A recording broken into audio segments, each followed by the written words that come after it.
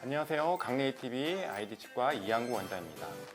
오늘은 저희 병원에서 보철 쪽을 담당하고 계시는 지용인 원장님을 모시고 임플란트에 대해서 알아보도록 하겠습니다. 먼저 원장님, 임플란트는 어떤 건가요? 일단 임플란트란 것은 이제 치아가 상실이 되면은 그 치아가 상실된 기능을 회복하기 위해서 잇몸뼈에다가 인공 치아를 이식하는 그런 술식이라고 합니다. 그래서 요즘에 일반적으로 세 가지의 그 구조물로 구성이 되는데요.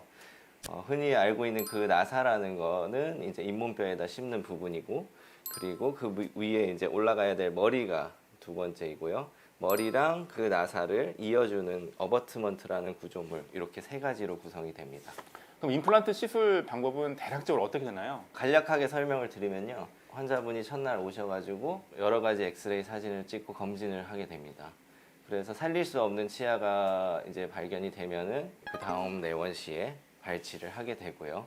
그 다음에 발치한 이후에 치유가 되면은 저희가 일반적으로는 2번의 수술을 거치게 됩니다. 1차 수술이라고 부르는 첫 번째 수술에서는 잇몸뼈에다가 그 나사선을 심는 그 작업을 하게 되고요. 그 다음에 나사선을 심게 되면은 뼈와 이제 유착, 골유착을 이루어야 되기 때문에 3-4달 정도는 기다려야 됩니다. 그 유착이 된 게 확인이 되면 이제 크라운 모양 만들어서 올리는 거죠? 이제 2차 수술을 하게 되는데요. 그 크라운이랑 밑에 나사선을 연결해주는 어버트먼트를 달아주는 수술이 2차 수술입니다. 그래서 잇몸을 열어가지고 밑에 있는 나사선에 그 어버트먼트를 끼우는 작업을 하게 되고요. 그 과정 속에서 잇몸을 이제 만들어주는 그런 과정을 겪게 됩니다. 그 이후에 한 2달 정도 기다린 다음에 기공소에서 온 머리를 붙여주면은 임플란트의 술식은 끝나게 됩니다. 그 듣기로는 앞니 임플란트가 더 어렵다고 얘기를 들었어요. 실제로 그런가요? 일단 첫 번째는 다른 어금니에 비해서는 앞니 쪽이 뼈가 굉장히 좀 얇아요. 그래가지고 이제 수술을 하는 과정 중에서 신경 써야 될 부분들도 좀 많고, 그리고 추가적으로 고리식이나 이런 부가적인 술식이 더 들어가기 때문에 어려운 게 첫 번째 이유고요. 두 번째 제가 생각하는 이유는 앞니가 아무래도 심미를 담당하는 부위이기 때문에 잇몸을 잘 만들어줘야 돼요. 그러니까 크라운을 예쁘게 들어가기 위해서는 잇몸 라인도 잘 만들어줘야 되거든요.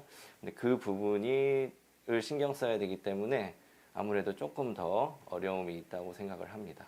꼭 임플란트에 해당하는 질문은 아닌데요. 치과 진료라면 많은 분들이 다 물어보죠. 뭐 아프나요를 가장 많이 물어봅니다. 통증은 좀 어떤가요? 임플란트 시술할 때? 진료를 하다 보면 마취를 해야 되는 경우가 많습니다. 특히 임플란트는 수술이기 때문에 반드시 마취가 필요하고요.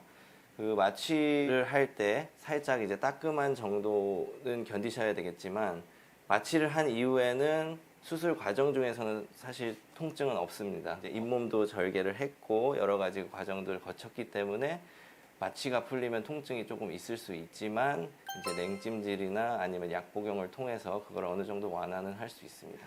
그 임플란트 가격은 대략적으로 얼마 정도 하나요? 물론 보험 임플란트도 있긴 하지만 비보험 진료다 보니까 가격은 천차만별이에요. 광고에서 뭐 55만 원, 65만 원부터 해서 대학병원을 가면 200만 원대까지 저는 보긴 봤거든요. 근데 일반적으로는 한 100만 원대 정도에서 형성이 되고 있는 것 같습니다. 임플란트 할 때도 수면 마취 가능한가요? 가능은 합니다. 가능은 한데 그 수면 마취가 가능한 병원들이 상당히 제한적이고 비용 부담도 굉장히 크기 때문에 수면 마취를 하면서까지 임플란트를 해야 되나라는 생각이 들고요. 아까 말씀드린 것처럼 그 마취라는 과정을 거치고 나면 사실 통증이 없기 때문에 마취 안 아프게 하는 치과 가셔서 임플란트를 하시면 좋을 것 같습니다. 오늘은 임플란트 그 첫 번째 편으로 임플란트에 대한 어떤 대략적인 개요에 대해서 알아봤고요.